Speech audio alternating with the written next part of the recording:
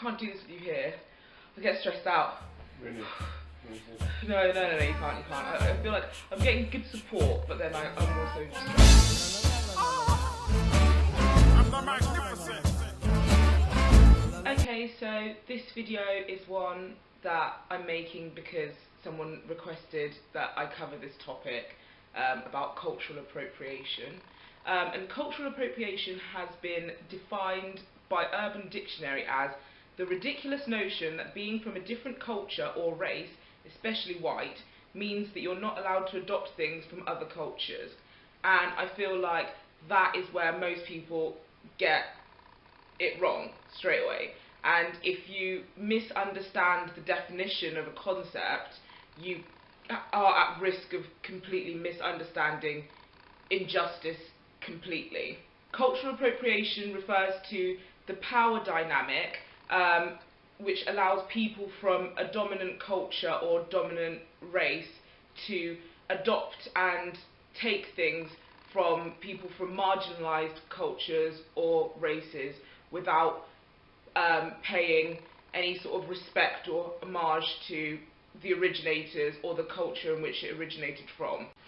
Cultural appropriation is different from cultural assimilation, which is when people from marginalised societies adopt behaviours, traits and elements of people from dominant cultures, and they do that to fit in rather than for it to be a trend. Like, for example, when I was 9, I stopped wearing my hair in like braids and stuff for about 10 years because I felt like it made me stick out like a sore thumb. It was already bad enough that I was like one of the only black people in the town that I was from, and then for me to have such different hair, I felt made me stick out even more. So I assimilated by having straighter hair and, hairstyles that are more Eurocentric, yeah, that's cultural assimilation. White girls wearing Indian headdresses at festivals, a headdress which, used to be reserved for war heroes in Native American societies, and headdresses that were paraded about by white people as they conducted the Native American genocide, to me, is offensive, and I'm not even a Native American. And white girls wearing bindis because they're sparkly and because they're pretty, without actually taking in the history and the context behind the reason why East African and South Asian people wear bindis, is offensive.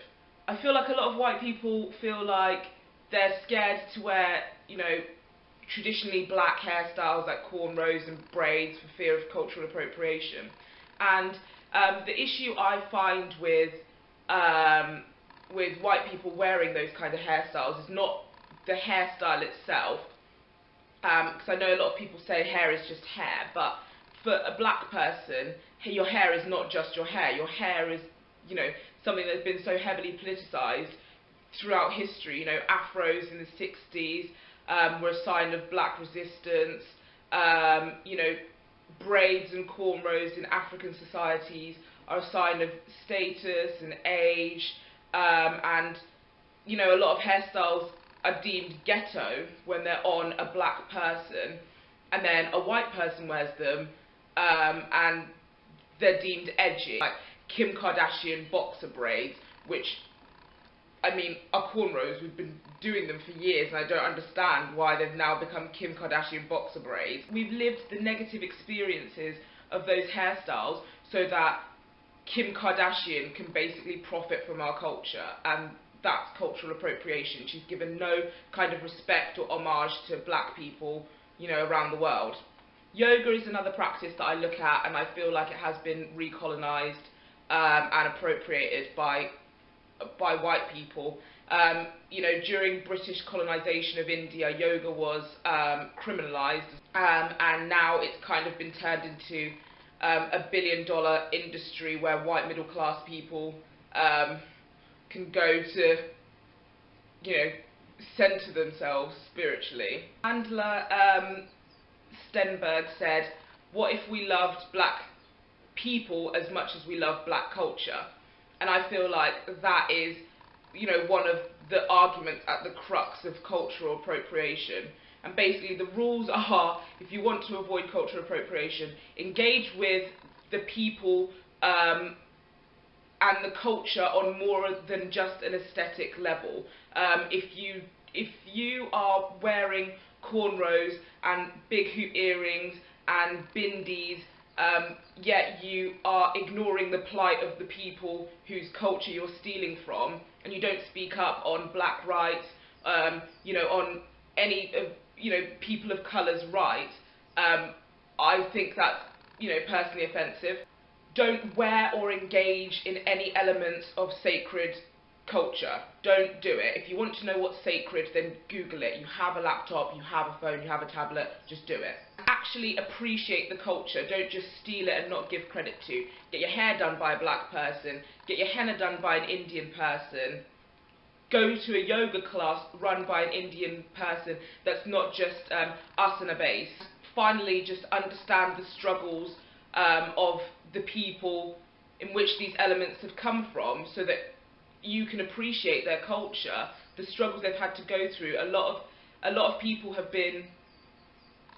colour have been ridiculed, have been arrested, and, you know, even killed for wearing these elements. And for white people and, you know, non-people of colour to parade it about to be a trend is what becomes offensive. Thanks, make sure you subscribe and comments below, just let me know what you think about this video, and yeah.